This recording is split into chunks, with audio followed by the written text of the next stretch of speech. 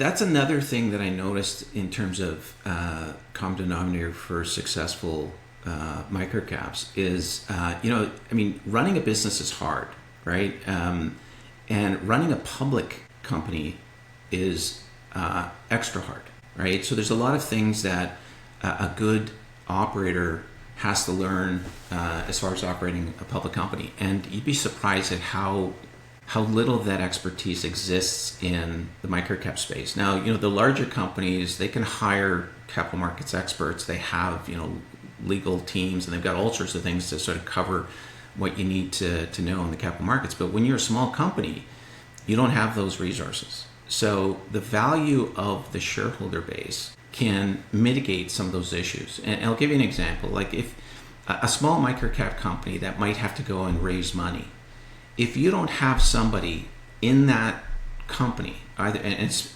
ideally on the board, that has capital markets experience and has a vested interest in making sure you're protected as a company, you're at the mercy of everybody that's out there, right? You're at the mercy of promoters, you're at the mercy of the investment bankers, you're at the mercy of everybody else that can take advantage of you.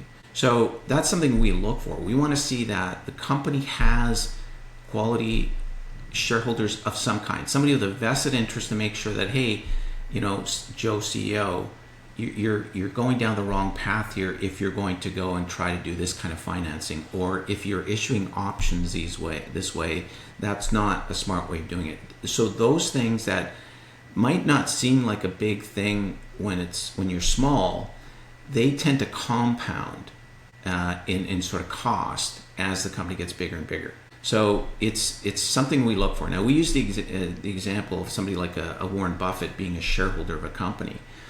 If you can attract somebody like that, chances are you're either doing something right, or you can lean on them in terms of getting advice to make sure you're doing something right. So it's a big part of the due diligence we do to make sure we understand the sort of the makeup of the shareholder base.